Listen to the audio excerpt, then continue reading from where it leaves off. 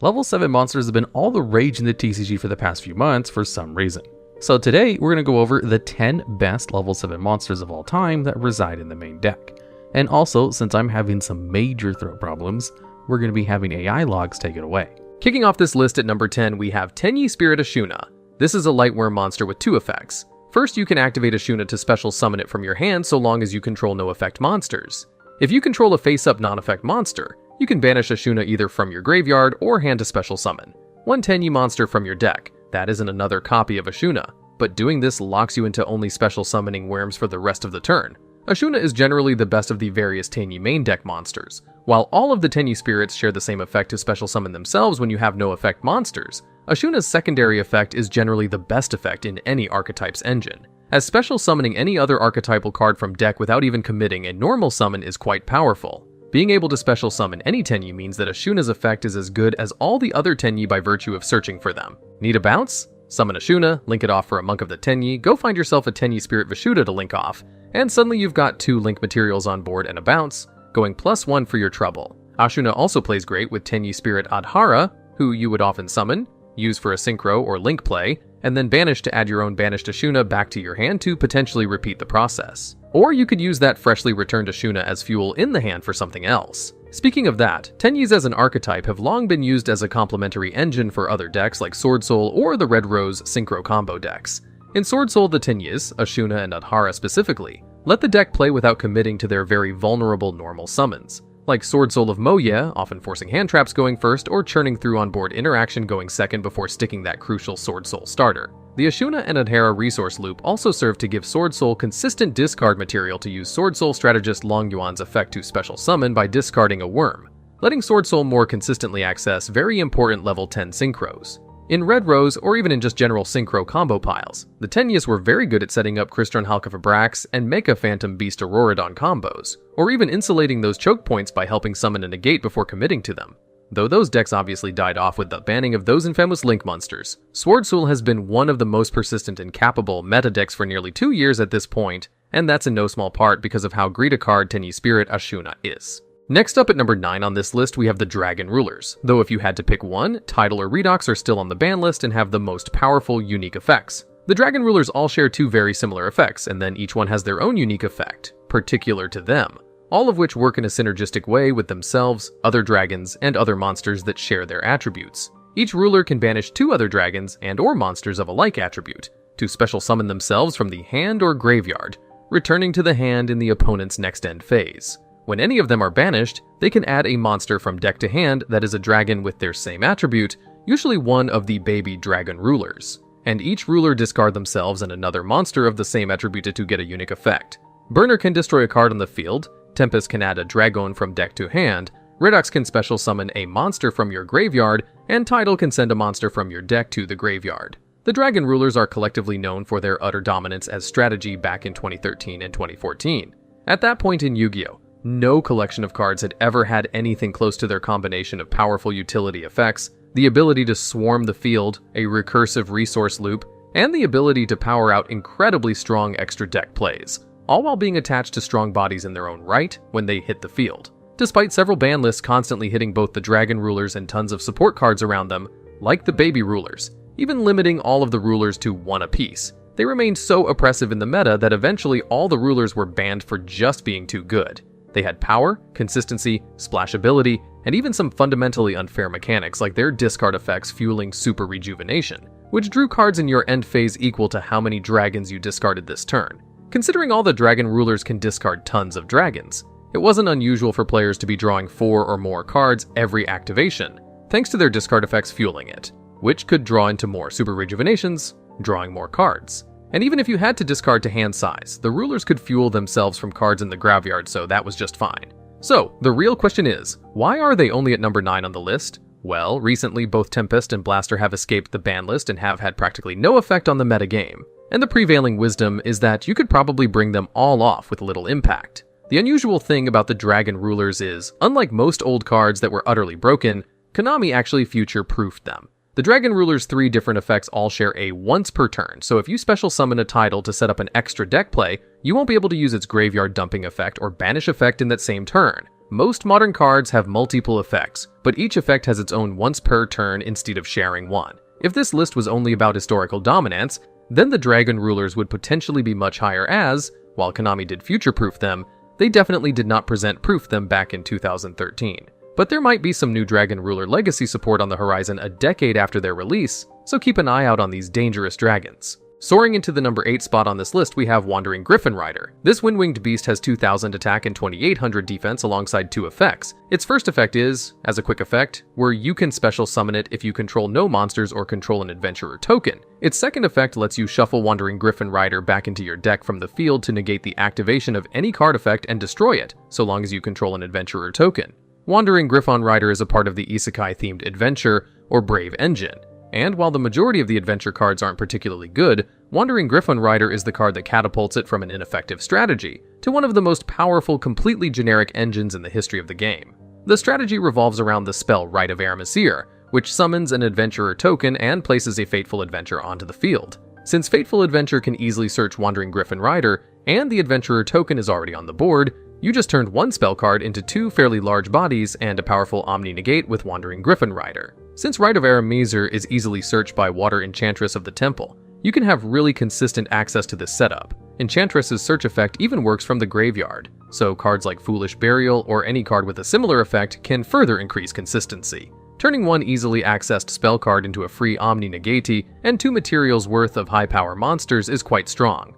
But like all most good things, it does come with a catch. You can't activate Rite of Aramesir in the same turn that you activate the effect of a normal summoned monster, which is a fairly big restriction.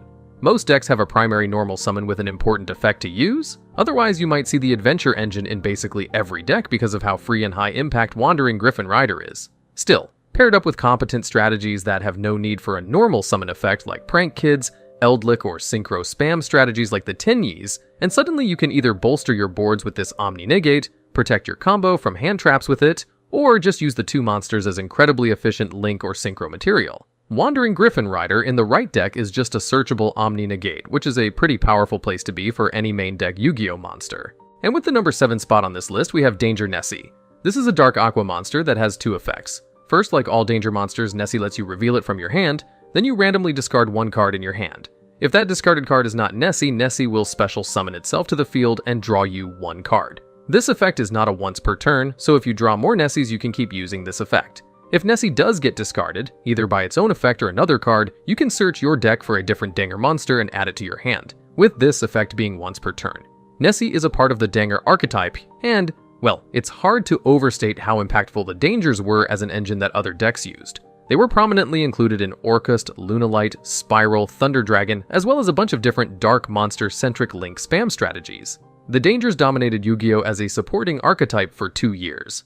Their ability to both draw cards with their reveal effect while also providing free material on the board, usually for powerful Link plays like Curious or pre-Errata Firewall Dragon shenanigans, made them both an insane material generation engine, card advantage when paired with other powerful discard effects like Dark Grepher, and even as a consistency engine because drawing cards is often the name of the game in Yu-Gi-Oh! And a Danger that doesn't discard itself is drawing cards while going even on total advantage, if not more. Considering the Dangers were always played together, frequently you would activate 1, discard a different one that was in your hand, and plus off of the Danger's discard effect, ending up with a total +1, while Jackalope and Tsuchinoko are often considered the most problematic Dangers since their second effects always guaranteed a monster summoning to the field. Nessie is generally the most powerful Danger because it's the only Danger that adds a card to your hand. Another Danger, usually Jackalope or Tsuchinoko, but maybe even Chupacabra, who becomes just as good as the other 2 if there's another Danger in the graveyard already. Keeping cards in hand makes future Dangers more likely to keep drawing you cards and summoning themselves. And Nessie even has further utility for its ability to search the less consistent, but higher utility Dangers. For instance, Bigfoot can destroy cards on the field when discarded, a powerful effect to be able to search as it made Dangers even effective against certain floodgates where many other decks weren't. This makes Nessie very similar to a previously mentioned card on this list, Tenyi Spirit Ashuna as the linchpin that pulls all the rest of its archetype together. Even Nessie's typing became incredibly important at one point with the release of Tearlaments, who both loved the Dangers discarding them as that would trigger their graveyard effects, but also loved Nessie specifically for being an aqua monster. This meant they could access Kit Kalos with only 1 tier name in rotation or serve as one of the pieces of the material Heavy Kaleido Heart. The dangers as a whole, and Nessie in particular, are some of the most powerful and, well, dangerous monsters ever. They were dominant across multiple formats, their power level holds up to this day, and there's really nothing else like them in the game. Taking the number 6 spot on this, we have Dinowrestler Pankratops. This is a dinosaur earth monster with 2600 attack and 0 defense. Once per turn, you can special summon Pankratops from your hand if your opponent has more monsters than you. Pankratops also can, as a quick effect, tribute itself to target and destroy a card your opponent controls. Dinowrestler Pankratops is the world heavyweight champion of going second monsters. In a world of kaijus and high-powered board breakers like Forbidden Droplet or Evenly Matched, Pankratops stands out as one of the best of those modern additions to the generic going second toolbox, even earning the distinction of getting limited for his trouble. Pankratops obviously doesn't do much going first in most decks, as its summoning condition is pretty useless unless your opponent fires off a Sei Frame Gear Gamma on your only monster to give you a body to special summon into. But what Pankratops lacks in going first capability, it more than makes up for everywhere else. Obviously, a quick effect destruction that can hit monsters or back row is great, as most playable removal tools only hit one or the other. This modality is fairly unique to Pankratops, though Evenly Matched tends to hit both sides of the field, and Lightning Storm also has similar modality. What makes Pankratops special, really, is its attack line. 2600 attack is the perfect cutoff point for hitting over a slew of boss monsters that have been relevant ever since Pankratops first became a staple. And a Palooza is rarely going to be over 2400 attack, and while cards like Mirror Jade the Iceblade Dragon and Baronne de Fleur sport the other common boss monster attack stat of 3000, these monsters are often put in defense mode for fear of Lightning Storm. This turns Pankratops from a 1-for-1 board removal tool into an easy 2-for-1 thanks to the battle phase. Even if your opponent has an interaction for it, thanks to the quick effect nature of Pankratops' destruction effect, it can often force that interaction by threatening combat, then chain its removal effect to clean something else up. Going second is very tough in Yu-Gi-Oh! And the best way to deal with it is often trying to leverage the card advantage you have from the extra draw and making bigger plays to create more threats than your opponent has interaction for. Pankratops was so good at this that the card became a mandatory 3 of in basically every side deck after its release, if not being main decked. At one point it was the most prevalent going second card of all time, getting it slapped with a limitation, so people would have to think about their sideboard inclusions a little harder. Ever since, people have been looking for the next Pankratops, and usually get disappointed because the newcomers like Alpha, the Master of Beats, or Ancient Warriors Loyal Guan Yun have similar characteristics to Pankratops, but don't have its quick effect versatility to truly really replace it. The completely generic nature of how good Pankratops is means it doesn't really belong to any particular deck. It's still seeing play to this day, being in the winning deck list of the most recent North American Nationals. That said, Pankratops is a dinosaur, so despite being one of the all-time greats at going second, Dino players loved using the effect of Pity Pteranodon to special summon Pankratops on turn 1 so you could leverage its quick effect destruction as an end board interaction, while Pankratops got to double as a great going second card in the main deck. Pankratops set the bar for the power level of a board-breaking behemoth and is so popular and respected that its name has become synonymous with powerful going second monsters. Next up at number 5 on this list, we have Astrograph Sorcerer. This is a Dark Spellcaster Pendulum monster. Its effect as a pendulum scale lets you destroy it during the main phase and put a Stargazer Magician from your deck into your pendulum zone or special summon it to the field. Astrograph's first effect as a monster is if a card you control is destroyed, you can special summon Astrograph from your hand and then choose one monster you had that was destroyed this turn, whether it's in the graveyard, banished, or in the face-up extra deck, and add a monster from deck to hand with the same name as it. Astrograph also has an elaborate effect to summon Supreme King Zark that isn't really relevant to why it's a good card, so we'll skip that. Sorry, Zark fans. In spite of that useless effect, Astropath has one absolutely incredible ability, and that's its first monster effect. This effect to special summon itself while searching out a card you destroyed combines perfectly with all sorts of pendulum cards that just love popping your own scales for valuable effects. Cards like Purple Poison Magician let you pop your own cards from the pendulum scales to destroy your opponent's cards, letting you search another copy of whatever you destroyed while bringing out Astrograph as a free special summon. This combination of card advantage and free material would be strong in its own right, but this effect is not a hard once per turn. So if you have any way to get Astrograph back into your hand, or multiple copies like when it was first released, you can repeat this process over and over. That's where, historically, Heavy Metal Foe's Electromite became a huge problem with Astrograph.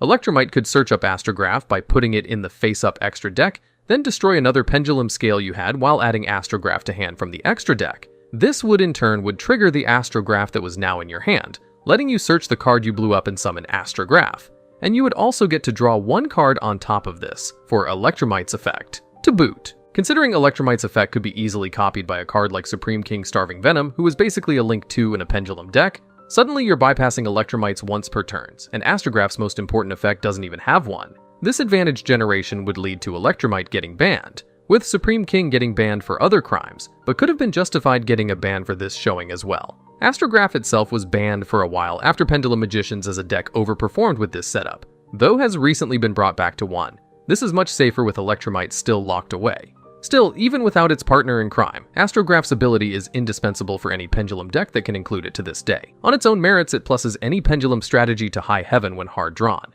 And its effect is so good at filling up your face-up extra deck for a big Pendulum play that the limit to 1 copy has made it the main card. Pendulum decks search to get their combos online. Pendulum decks will frequently combine beyond the Pendulum's free Pendulum Summon with the inherent rank 4 spellcaster suite Pendulum Magicians use to summon Timestar Magician. This card can just search out Astrograph Sorcerer before they commit to their normal Pendulum Summon, letting them capitalize on its ability to generate a huge Pendulum Summon in a way that's unmatched for other Pendulum monsters. Even its Pendulum effect isn't necessarily bad, as it's basically an emergency teleport style effect for a free monster in Stargazer Magician, while also working as a great low-scale value of 1. It's just that its monster effect is so good that you would almost never want to waste that just for a free special summon from deck. Astrograph is one of the nuttiest Pendulum monsters ever, and likewise is one of the most standout level 7 monsters any deck has ever had access to.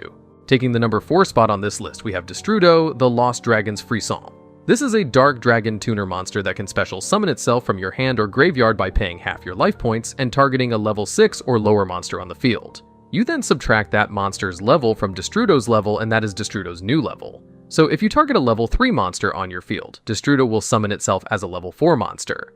After using this effect, if Destrudo leaves the field, you place it on the bottom of your deck. Destrudo is one of Yu-Gi-Oh! History's greatest tuners. It is one of the simplest and most effective ways to include synchro summoning into any deck. So long as your deck is running level 6 or lower monsters, Destrudo is a free special summon at worst, and an incredibly powerful synchro combo play at best. Destrudo is maybe best known for its ability to basically always ensure a level 7 synchro. Originally, this was used in Spyral as a way to access Ancient Fairy Dragon, or AFD for short, before its errata. Back then, AFD could destroy a Spyral resort and add another Spyral resort, which was not a once per turn. And thanks to AFD being able to special summon the monster you then searched for from hand, it almost always meant a full combo. Other decks with crucial field spells also loved this setup. For instance, ABC decks would throw in Destrudo and some Dragon Ravines just to have more consistent access to Union Hanger. This interaction, along with others, got Ancient Fairy Dragon banned since Destrudo was the newer card. Players would later combo Destrudo's guaranteed level 7 synchro to enable plays with Yazi,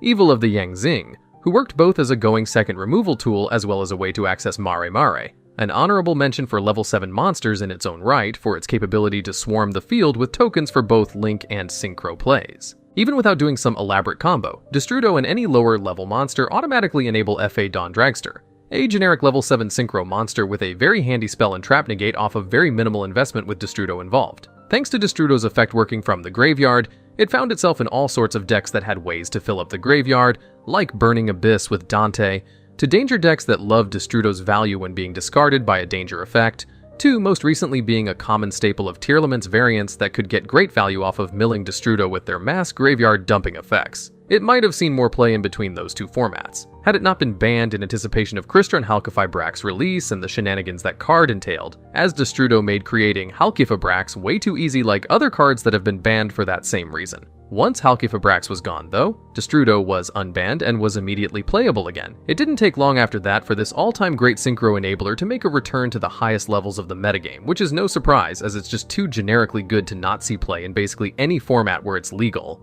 Next up with the number 3 spot on this list we have Spyral Master Plan. This is a dark spellcaster with 1200 attack and 2800 defense who has 2 effects. As a soft once per turn, Master Plan can add any Spyral mission card from deck to hand. Next, as a hard once per turn, when Master Plan is sent from the field to the graveyard, you can add 1 Spyral monster and 1 Spyral resort to your hand. Spyral Master Plan is one of Yu-Gi-Oh's most powerful advantage engines ever, despite being completely limited to her own archetype in what she searches. For several months after Spyral's first wave of releases, Master Plan actually saw absolutely no play, not even in the fringe variants of Spyral that existed early on. It was just too costly and impractical to run a 2 tribute monster with no consistent way to summon her, and the deck had no tutors to get her into the graveyard to get her more powerful effect. But with the release of Spyral Double Helix, and the advent of Link summoning in general, the deck gained a way to bypass her restrictive levels and special summon her right onto the field. This made linking her off for her graveyard effect trivial, immediately representing a +3 when combined with her on-field search if Helix resolved its effect. The missions that Master Plan searches includes Spyral Mission Rescue, which, when discarded, lets you special summon back any Spyral monster from the graveyard when you banish it from the graveyard, which Master Plan just so happens to be. This leads to an incredibly elaborate but powerful material generation combo, where Master Plan constantly replaces herself while you use her or other Spyrals. You special summon off the missions she generates to go into powerful extra deck plays. In Spyral's first incarnation, this wasn't such a big deal. While the deck still ran one Master Plan, they only ran 1 or 2 missions because the extra deck monsters weren't particularly better than just dropping a Spyral sleeper on the field in 2017. And while Spyral splashed all sorts of cards to try to access Master Plan throughout the years, such as Dark Gryphon or Dark Magic Veil, the greatest threat Master Plan posed arose in early 2020, when Magician's Souls was released. This card could send Master Plan immediately to the graveyard for cost to special summon itself, dodging hand traps like Ash Blossom and Joyous Spring thanks to it being sent for cost. Then Souls could draw you cards by discarding spell or traps, such as Spyral Mission Rescue, which could immediately revive Master Plan and start your entire Spyral combo without ever needing to resolve double Helix or even commit to a normal summon.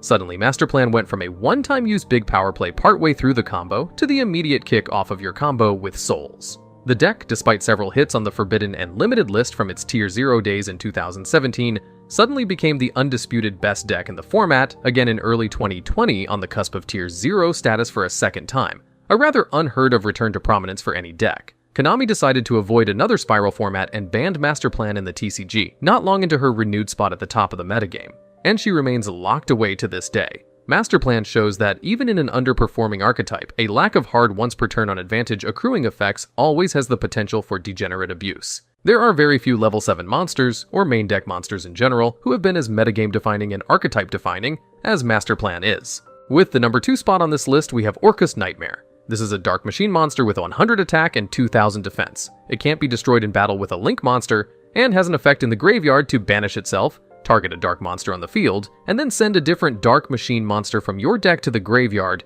to increase the attack of that monster on the field by the level of the monster sent to the graveyard times 100 for the rest of the turn. This is a once per turn, and you get locked into only special summoning dark monsters for the rest of the turn once you activate it. Orcust Knightmare is one of the pivotal cards of the Orcust archetype and the more splashable Orcust engine. In Orcust, it can readily send basically any monster in the main deck to the graveyard with its effects. It lets you start your combos with Orcust Harp Horror, who could banish itself to special summon an Orcust from deck. Or it could send Orcust Symbol Skeleton to let you special summon from the graveyard, or send Orcust Brass Bombard to let you special summon from hand if what you needed wasn't in the deck. Despite being largely designed to send Orcust monsters, it also worked with fellow high-level Dark Machine monster World Legacy World Wand, which could banish itself to special summon your other banished Orcust monsters. Orcust Knightmare is a linchpin piece of the Orcust deck because, just like Harp Horror, if you can get it into the graveyard, it basically represents access to every other card in your engine one way or another. And thanks to cards like Armageddon Knight, Dark Gryphon, Gursu, the Orcust Mech Knight, and even Foolish Burial, that was usually trivial.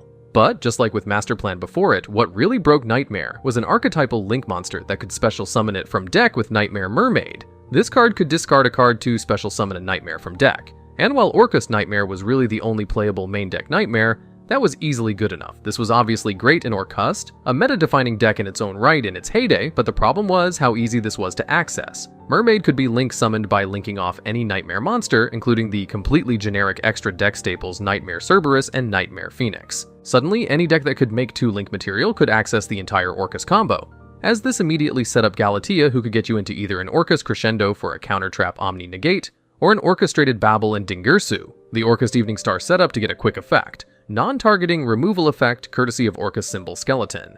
All this on top of providing incredible follow-up for the next turn, as the Orcust engine is inherently recursive. This turned innocuous cards like Trickstar Lightstage into instant staples since it was a card that made 2 Link material and could be searched off of terraforming, and would even get the otherwise unassuming card a spot on the limited list for years. The Orcust engine, as it became known, was suddenly a staple inclusion in basically any deck. Even non-dark decks would just do whatever normal combo they'd like and then go right into Knightmare Mermaid to reap the benefits without any of the downsides. This was the final straw for Orcust, and you can directly blame Orcust Knightmare for the current banned status of Knightmare Mermaid and Orcust Harp Horror. It was just a far too powerful card, both in its archetype and as a splash in anything else, with the only downside being a minor extra deck and main deck investment. Something that isn't a problem for the next card on our list. Taking the number 1 spot on this list, we have Kashtira Fenrir. This is an Earth Psychic monster with 2400 attack and defense. If you control no monsters, you can special summon Fenrir from your hand as a built-in special summon. Fenrir can add any Kashtira monster from your deck to your hand, and unlike most search effects, it even lets you add another copy of itself. Its last effect is whenever Fenrir attacks, or after your opponent activates a monster effect, Fenrir can target a face-up card on your opponent's field and banish it face down. Kashtira Fenrir is one of the most absurdly powerful monsters ever. As a standalone monster, it's really the only card that's ever rivaled the aforementioned Dinowrestler Pankratops for being an all-star going second board breaker monster, mimicking Pank's special summon capabilities, solid attack power, and powerful removal effect that usually works as a quick effect interaction. And it does all of that while replacing itself with its first effect, turning its potential status as a 2-for-1 board breaker into a 3-for-1. While the 200 attack is a big deal, as 2500 attack is one of the more important cutoff points, the ability to banish is often a lot stronger than Pank's destruction ability. You could argue back and forth about which card might be better as a going second tool, with Pank being better in some situations and Fenrir being better in others, but that's not even accounting for the fact that Fenrir is a critical piece of one of the most powerful archetypes ever in Kashtira. Pankratops is a good card, but it's not an immediate powerful combo starter for a great deck like Fenrir is. Fenrir's ability to search any Kashtira, while nifty for replacing itself as a splash in basically any deck, lets you search out a Kashtira Riseheart to immediately kick off your typical Kashtira combos. While Kashtira Unicorn, who is only not on this list because Fenrir is the representative for Kashtira, is the more powerful combo starter in the archetype, the fact that Kashtira gets to double up on a card being an incredible piece of disruption turn 1 that replaces itself, an incredible board breaker turn 2, and an instant combo starter, is just such an unheard of amount of versatility that it's hard to imagine how this card even came to print. It's an archetypal all-star, and even if every single other Kashtira card was banned besides Fenrir, it would still see a ton of play for its own inherent power level. Pankratops might be the king of the side deck, but Fenrir is good, generically in any deck even going first because its summoning condition works on turn 1. Fenrir has pushed the boundaries of the power level a single main deck monster can have while still being legal. It does so much at so little investment, even the highly splashable Orcust engine with Orcust Knightmare still needs a few extra deck slots dedicated to it to be played. Fenrir has that level of power, with a much smaller investment, and fits in a wider variety of decks that have no need for link summoning. It even works well in perhaps the strongest deck ever, Tearlaments, because of the weird cross-archetypal relationship Kashtira has with Tearlaments. Since Fenrir can search Tearlaments Kashtira, suddenly Fenrir isn't just an engine piece of the best deck of the past few formats, it works as an engine piece in Tearlaments as well. So Fenrir is one of the best going second cards ever, one of the best generic going first tools ever, and a core engine piece of 2 of the best archetypes ever. It's hard to argue that any other level 7 card even comes close to Kashtira Fenrir for its insane variety of synergies and power level, and that earns it the top spot as the best level 7 main deck monster ever.